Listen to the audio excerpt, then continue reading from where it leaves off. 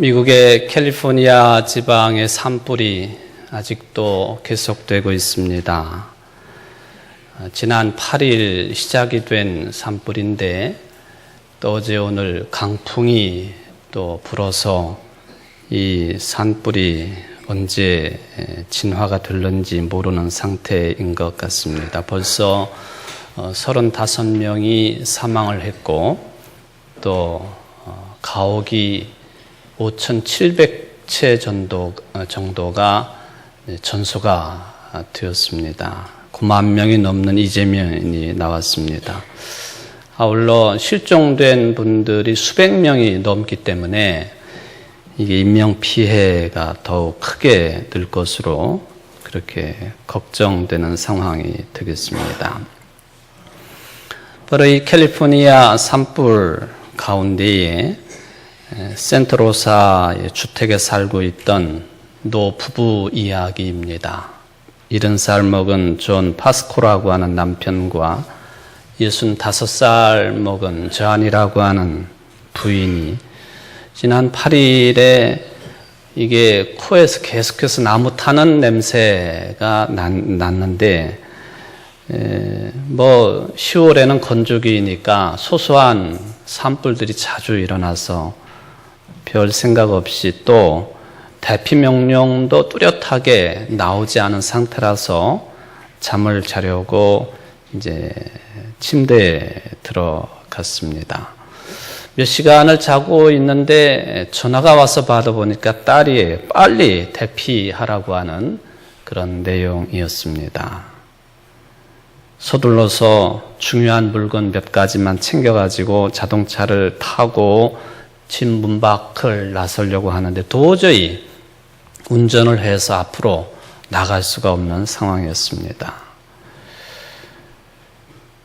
그래서 선택의 여지가 없던 부부가 911에 전화를 했지만 거기서 들려오는 소리도 안전한 곳으로 대피하라고 하는 소리밖에는 들을 수가 없었습니다.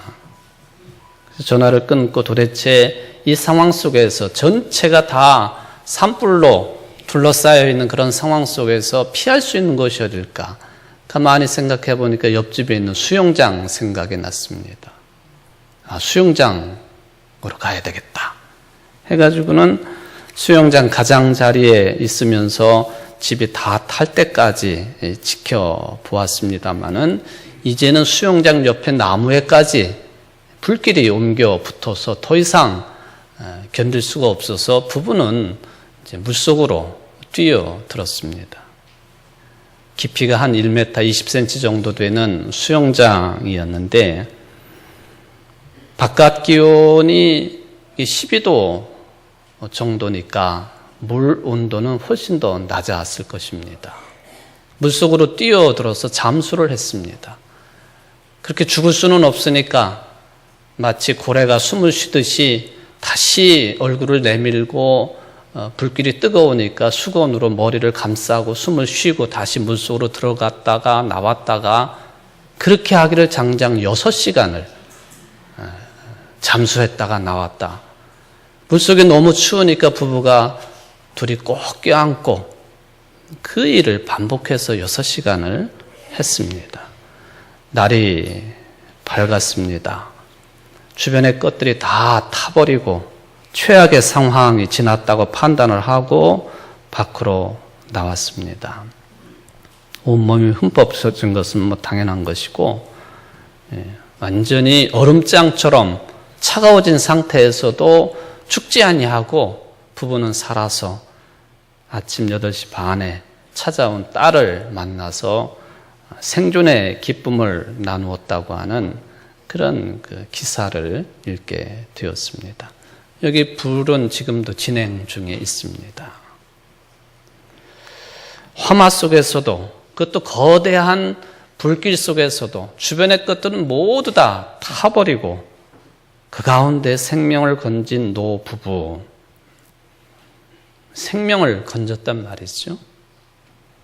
사랑하는 성도 여러분, 오늘 이 시간 예배 시간이 하나님의 말씀을 듣는 시간이 하나님의 숨겨진 생명 말씀의 축복을 여러분들이 받아들이고 간직하고 영원한 생명으로 잇대어 나갈 수 있는 참으로 복된 시간 되시기를 주님의 이름으로 축원을 드립니다. 지난 6월 달에 개봉한 영화 중에 옥자라고 하는 제목의 영화가 있습니다. 이건 사람 이름이 아니고 사람들에게 잡혀 먹히려고 키워진 슈퍼 돼지 이름이 옥자입니다. 옥자.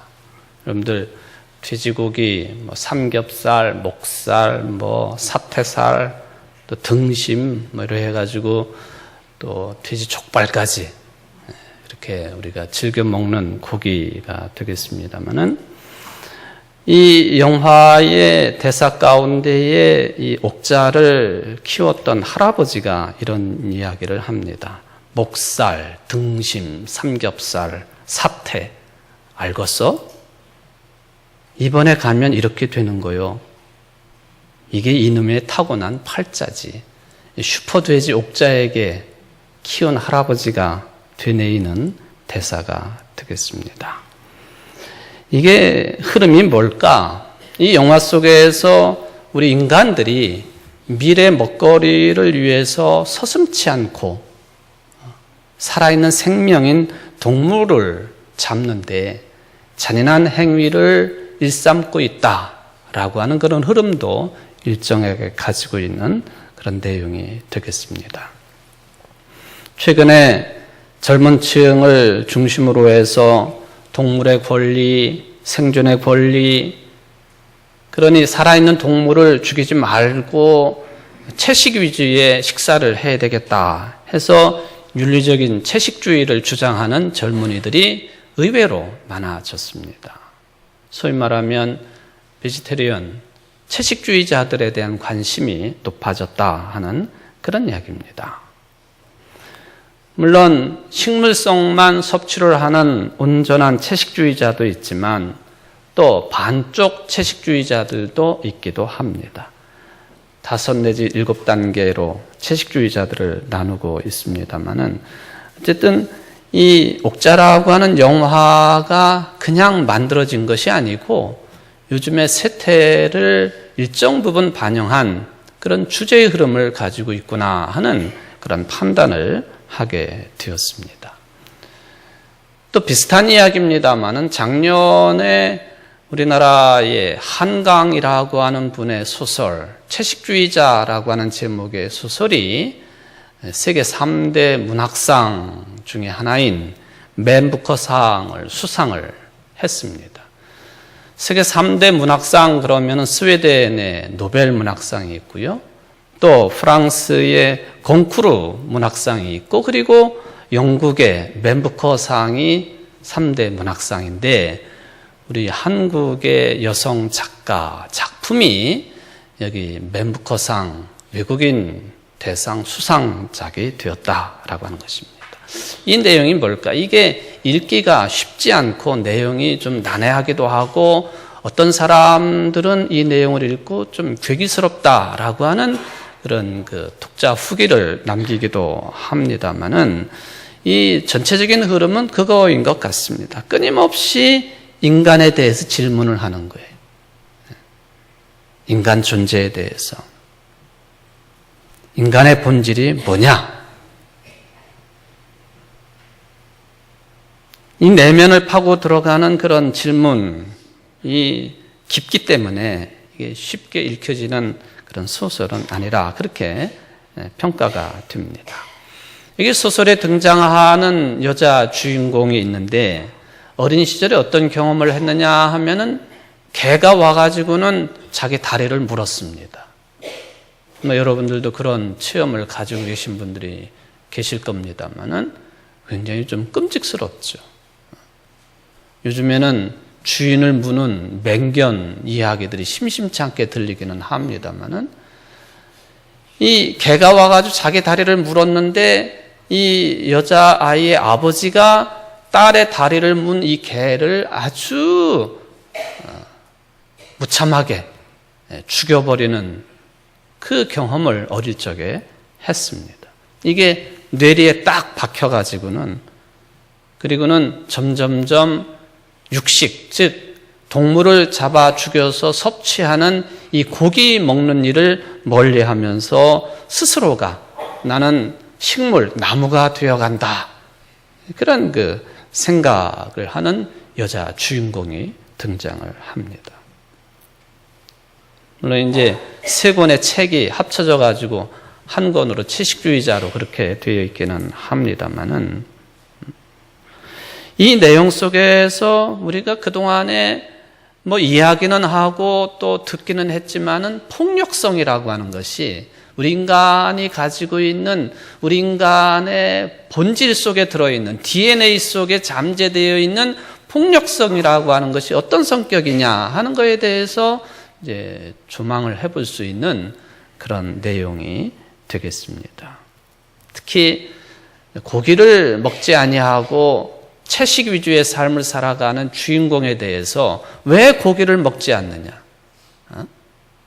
그러면서 계속해서 고기를 권한다든지 또 그것을 비아냥거린다든지 비난한다든지 그걸 비정상이라고 본다든지 하는 이것 자체도 남편도 그렇고 식구들도 그렇고 주변 이웃들도 그렇고 그것 자체가 폭력이라고 하는 큰 주제의 흐름을 가지고 있습니다.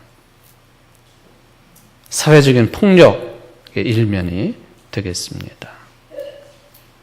이런 아내를 이해해주지 않고 방관하는 남편의 무언의 폭력.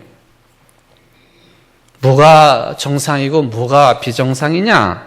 그 기준을 그저 자기들 마음대로 만들어가지고 타인의 행동을 억압하는 그런 사회의 폭력. 자신이 정말로 부인을 학대하고 있는지 폭력을 가하고 있는지 생각하지 못한 채 가부장적인 가정의 무의식적인 폭력.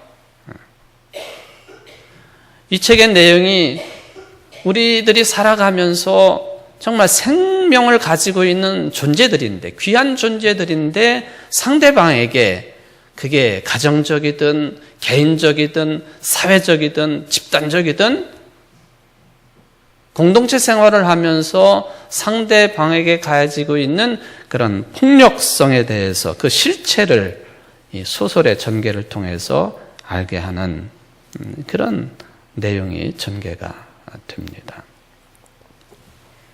생명을 가진 존재들에 대해서 이러저러한 모습으로 폭력을 가한다고 하는 것, 그러기에 특히 육식을 멀리하고 채식 위주의 식사를 하시는 분들이 그런 관점에서 늘어나고 있다라고 하는 것을 우리는 좀 주시를 해볼 필요가 있겠습니다. 우리나라에서 10월 1일은 무슨 날이죠? 국군의 날이죠. 국군의 날. 지난 첫째 주일이 10월 1일이었습니다만. 그런데 이게 세계적으로 보면요, 10월 1일이 세계 채식인의 날이에요. 채식인의 날. 참 묘하게 대비가 됩니다. 우리나라에서는 무기를 자랑하고 군인들이 행군을 하고 요즘에 한반도가 더 위험한 상황에 놓여 있으니까 더 강력하게 그것이 요청되고 있기는 합니다만은 살상 무기에 대해서 자랑하고 뭐 이런 그 날에 세계 채식인의 날이 설정이 되어 있다.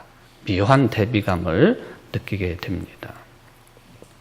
광우병이나 조류 인플루엔자나 구제역, 요즘 문제가 되고 있는 살충제, 달걀 문제, 인간의 생존을 위협하고 있는 이런 시대에 공장식 축산업, 기업식 축산업, 오늘날의 축산업 방식에서 동물들은 그저 인간에게 고기를 제공하는 수단, 그 이상은 아니죠. 생명이라고 부르지도 않는 그런 그 시대에 세계 채식인의 날이 있습니다. 그 다음 날은 또 무슨 날이냐? 세계 농장 동물의 날입니다. 이게 서로 연계가 되는 그런 의식을 우리가 확인해 볼 수 있는 그런 날들이 되겠습니다. 누군가 그런 질문을 할 수 있겠습니다. 식물도 생명이 아니냐? 살아있는 동물만 생명체가 아니고 식물도 생명체가 아니냐? 뭐 식물을 먹든 동물을 먹든 그 차원은 다를 것이 없다 하는 그런 질문도 가능하겠습니다. 이거에 대해서 이런 답변이 들려집니다. 우리 인간들이 곡식을 거두고 과일을 따고 채소를 뜯을 때 느끼는 감정하고 동물을 죽일 때 느끼는 감정은 근본적으로 다르다. 우리 인간들이 과일을 딸 때 혐오감이나 거부감이나 죄의식 이런 것들을 느끼지는 않지만 동물을 잡아서 먹거리로 섭취하려고 할 때에 그 동물에게 살아있는 것에 칼을 들이대는 이 죽이는 장면을 보기만 해도 이거는 본능적으로 거부감을 갖게 되어 있다. 그러므로 식물을 섭취하는 것과 동물을 섭취하는 것은 근본적으로 본질적으로 차이가 있다 하는 그런 이야기입니다. 영화 옥자에서 동물을 죽여서 먹거리를 섭취하는 그것과는 다르게 이제 최근에 어떤 연구가 한창이냐 하면요. 동물을 죽이지 않고 동물에서 얻을 수 있는 고기를 먹을 수 있는 그런 미래 먹거리 연구가 한창입니다. 유명한 빌 게이츠 세계적인 부자이죠. 마이크로소프트사의 창업자인 빌 게이츠도 바로 이 동물을 죽이지 않고도 인간이 단백질의 덩어리인 고기를 먹을 수 있는 그 연구에 거액을 투자를 했는데 190억 원을 투자를 했습니다. 어떤 회사냐 하면은 멤피스 미트라고 하는 이름을 가지고 있는 회사에 투자를 했습니다. 인공 고기를 연구하고 만들어내는 그런 회사가 되겠습니다. 가축을 사용하지 아니하고 가축을 죽일 필요가 없는 것이죠. 단지 가축의 조직세포로부터 줄기세포를 추출해가지고 배양하는 방식으로 고기를 만드는 거예요. 그러니까 이게 아마 2021년 정도가 되면은 이것이 이제 아마도 대량 생산이 가능할 것이라고 이 회사의 최고 경영자인 우마 발레티라고 하는, 제가 얼굴을 보니까 그분은 아마 인도 사람인 것 같아요. 인도에는 채식주의자들이 굉장히 많거든요. 2021년 정도면은 인공고기를 대량으로 생산할 수가 있을 것이다. 소고기 맛 그대로 값은 다운된 그런 그 세상을 만날 것이다. 그렇게 예측을 했습니다.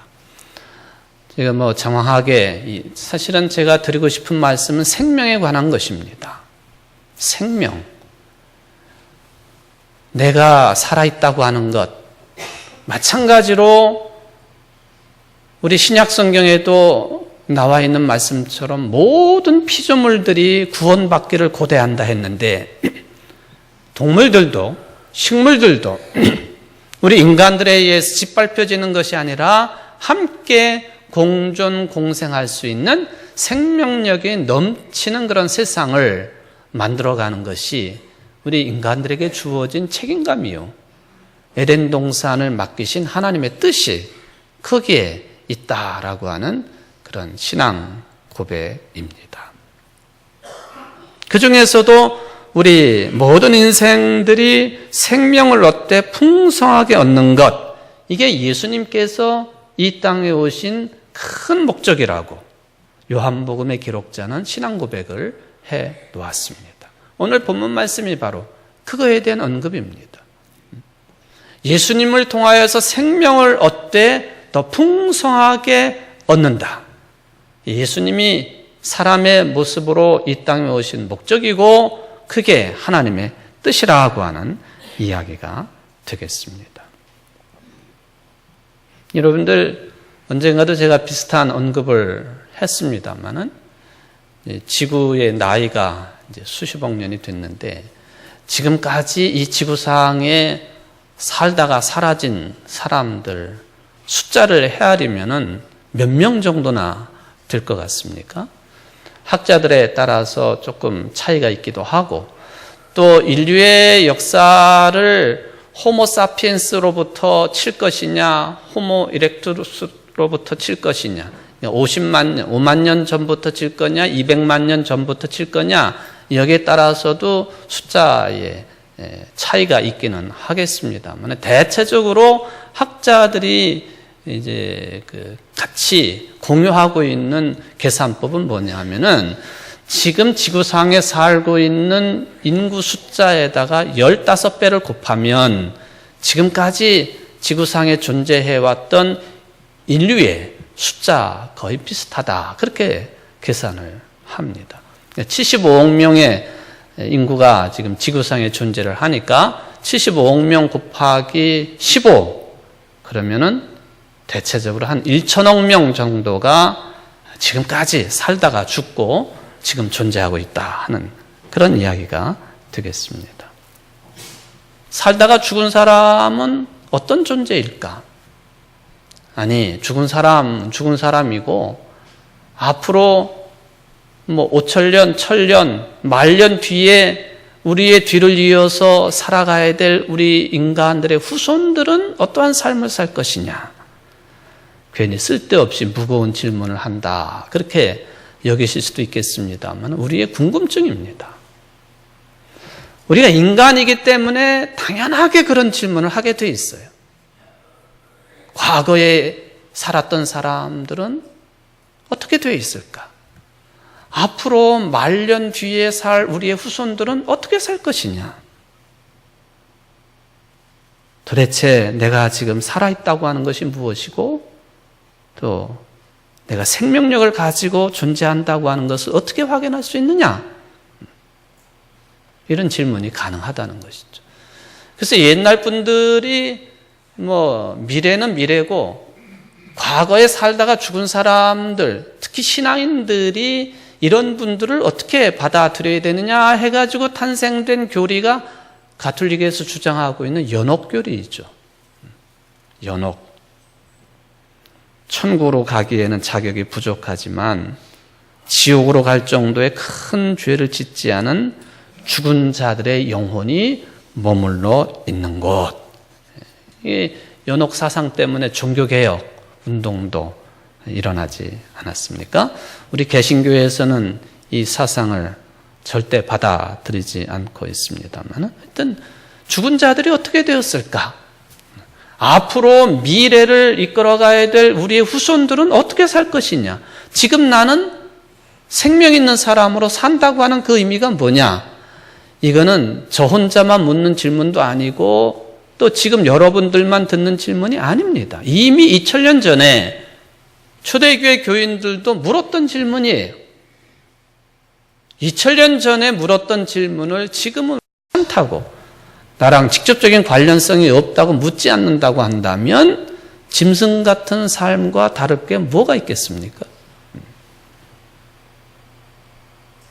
오늘 요한복음 기록에 보면 요한복음의 이 기록을 남겨놓은 개인이 됐던 공동체가 됐던 처음부터 끝까지 요한복음의 내용을 보면 이 질문에 천착을 합니다.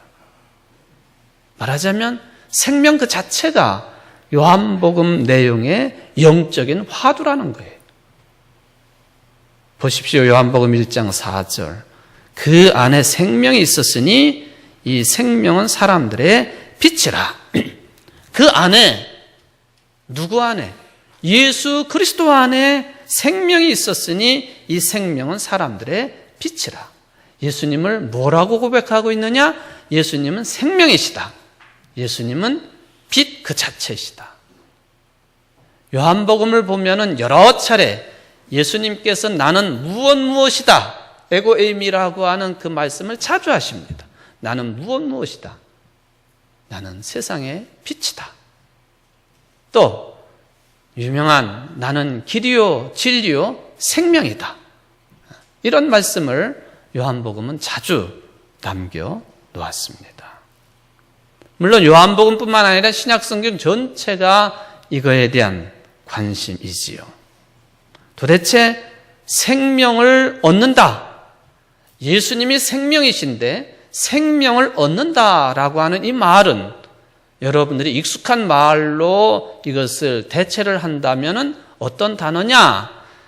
신앙 안에서 생명을 얻는다고 하는 말은 곧 구원을 얻는다는 말씀입니다.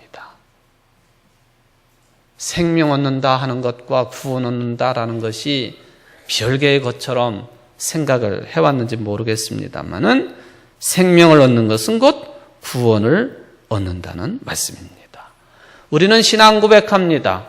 예수님이 생명 그 자체이시고 빛 그 자체이신데 요한복음의 신앙 고백에 따라서 우리는 믿는 자들은 예수 그리스도를 통해서 생명을 얻은 사람들이에요. 곧 구원을 얻은 사람들이에요. 그렇다면 이게 실제적으로 무슨 뜻이냐? 예수 그리스도를 통해서 생명을 얻고 구원을 얻었다고 하는 것이 무슨 뜻이냐? 실감하기가 어려울 수도 있습니다. 요한복음에 한정 지어서 요한복음이 이 부분에 대해서 어떤 고백을 하고 있는지 오늘 본문의 내용을 살펴보는 것입니다. 요한복음 오늘 본문에 보면 생명이시고 빛이신 예수님을 또 다르게 표현합니다. 예수님은 양의 문이요, 예수님은 선한 목자라 그랬습니다. 목자의 개념은 구약 성경에 매우 중요한 내용이죠. 유명한 시편 23편 여호와는 나의 목자시니 내게 부족함이 없으리로다. 고대 이스라엘 사람들의 신앙 고백 가운데 보면 하나님이 곧 목자이셨습니다. 그런데 오늘 본문에 보면은 예수님이 곧 선한 목자라고 고백을 합니다. 하나님이 목자시면은 이스라엘 백성들은 양입니다. 그러니까 양과 목자의 관계, 곧 이스라엘 사람들과 하나님과의 관계인 것처럼 이제는 선한 목자 예수 그리스도와 그리고 목자를 뒤따르는 양으로서 우리 믿는 자들 관계가 형성이 되었다 하는 그런 말씀이죠. 목자가 하는 역할 분명하지 않습니까? 양의 생명을 지키는 거예요.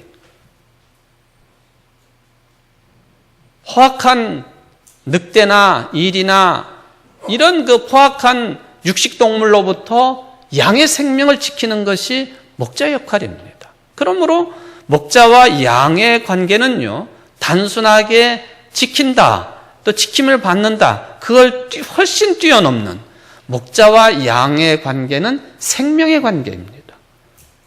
이게 분명하게 드러나 있는 것이죠. 그 어떤 관계보다도 본질적인 관계가 곧 목자와 양의 관계요, 곧 예수 그리스도와 예수 그리스도를 믿고 따르는 믿는 자들의 관계이니 그 관계성의 본질은 생명의 관계다 하는 것입니다.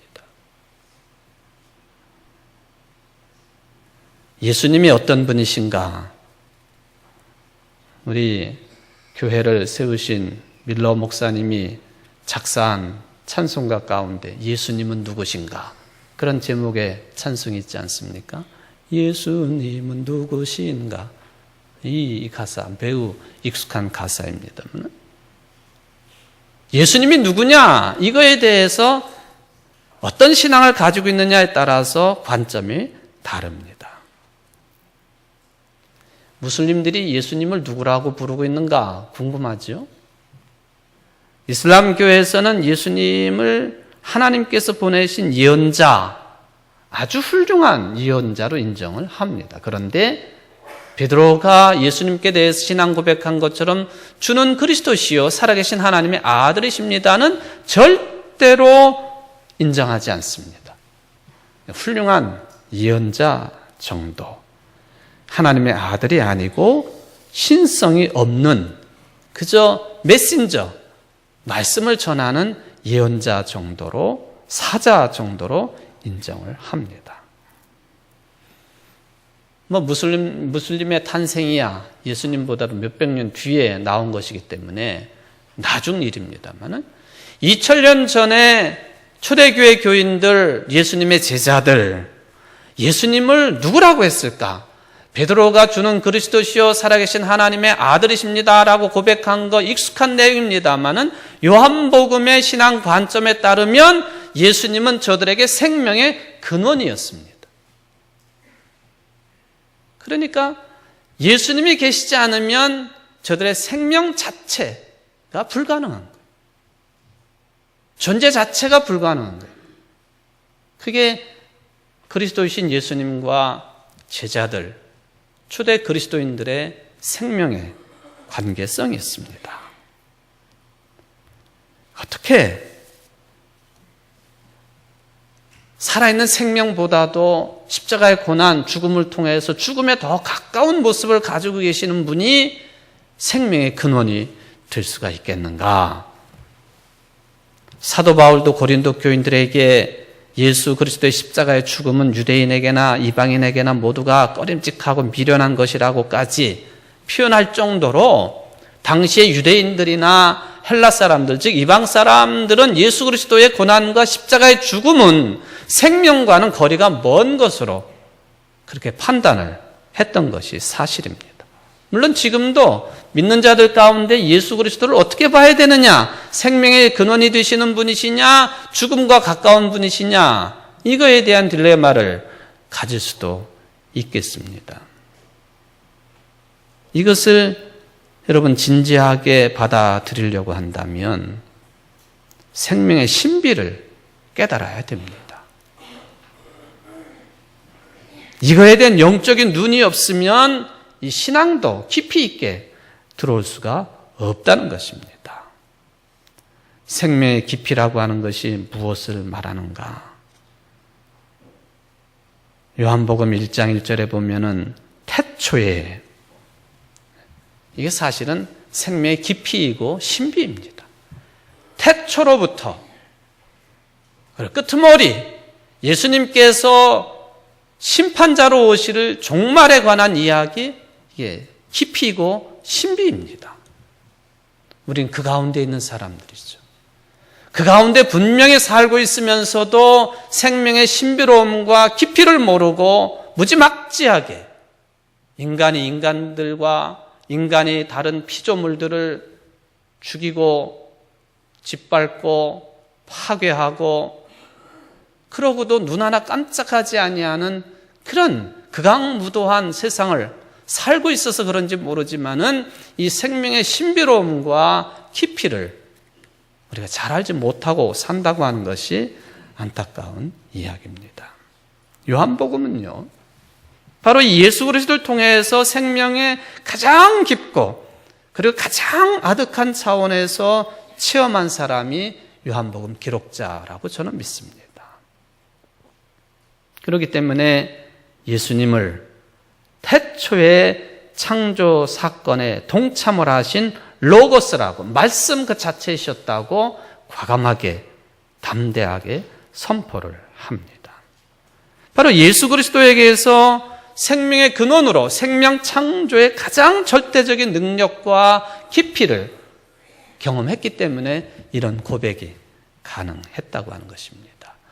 그 생명의 깊이 신비로움의 절대적인 근거가 뭐였느냐? 죽음을 이기시고 부활하신 부활 사건입니다. 그러므로 제자들, 초대교인들 예수 부활 체험이 절대 생명의 체험이었고 절대 생명 체험이 곧 부활의 체험이었는데 이것이 2000년을 지난 지금도 우리 기독교 신앙, 여러분들의 신앙의 핵심입니다. 부활신앙. 부활신앙은 곧 우리 믿는 자들이 죄와 죽음으로부터 해방받았다고 하는 신앙입니다. 죄와 죽음으로부터 해방되었다고 하는 것, 생명을 파괴하는 그런 힘으로부터 해방되었다고 하는 그런 뜻이 되겠습니다. 오늘 요한복음은 우리들에게 말씀을 선물로 주고 계십니다. 우리가 어떻게 하면 생명의 깊이로 들어가서 하나님을 체험하고 생명을 풍요롭게 경험할 수 있는가? 그 유일한 길을 말씀을 해주고 있는데 오늘 본문이 그것을 뭐라고 했느냐? 예수님을 우리의 생명의 근원 되시고 생명을 지켜주시는 선한 목자로 받아들이는 것이라고 했습니다. 그러면 생명의 깊이를, 영적인 깊이를 체험할 수 있다고 요한복음은 안내를 합니다. 예수님이 우리의 선한 목자라고 하는 이 진리를 실질적으로 깨닫고 체험하는 것, 이게 중요한 것이죠. 그러기 위해서는 우리는 날마다 매 순간마다 예수 그리스도에게 가까이 가야 됩니다. 가까이 간다고 하는 말은 곧 예수 그리스도를 믿는다는 말씀이에요. 그러니까 날마다 매 순간마다 예수를 그리스도로 가까이 대하는 것, 즉 믿음을 통하여서 생명의 깊이를 깊이 알 수 있는데, 왜냐하면 그분이 곧 우리의 선한 목자, 생명을 지키시는 근원 되시기 때문에 그렇다 하는 말씀이 되겠습니다. 이제 여러분은 사도 요한이 하나님이 누구신가 또는 예수님이 누구신가에 대한 이 생명의 근원에 대한 질문을 했고 그 답을 늘 듣고 있습니다만은 익히 알고 있는 대로 요한 사도의 다른 책인 요한 1, 2, 3서를 보면은 하나님은, 즉 예수님은 사랑이시다 했습니다. 하나님이 어떤 존재일까? 예수님이 어떤 분이실까? 궁금하십니까? 사랑 그 자체이십니다. 또 다른 답변을 오늘 듣습니다. 하나님이 누구이실까? 예수님이 어떤 분이실까? 하나님, 예수 그리스도는 생명 그 자체요. 생명의 근원이십니다. 이게 오늘 여러분들이 귀를 열고 마음의 문을 열고 받아들이고 들어야 될 생명의 말씀입니다. 예수님은 선한 목자요, 즉 우리의 생명을 지키시는 생명 그 자체요, 또 생명의 근원 되시는 분이시다. 그러길래 예수님은 말씀하십니다. 내가 곧 길이요 진리요 생명이다. 나로 말미암지 않고는 아버지께로 갈 수 없다. 사랑하는 성도 여러분, 여러분은 무엇을 통해서 풍성한 생명을 얻고 계십니까? 유일한 길이신 예수 그리스도를 통해서 생명에 가까이 다가가는 믿음의 사람들 되시기를 바랍니다. 예수님 때문에 건강도 얻으시고, 예수님 때문에 마음의 평안도 얻으시고, 예수님 때문에 자녀들의 미래도 밝게 얻으시고, 예수님 때문에 교회 공동체 생활도 기쁨과 감사가 풍요로움이 넘치는 생활 되시기를 바랍니다. 왜? 예수님이 생명이시기 때문에 그렇습니다. 생명과 함께 하시는 여러분들 되시기를 주의 이름으로 축원을 드립니다. 기도하십시다. 자비하신 하나님,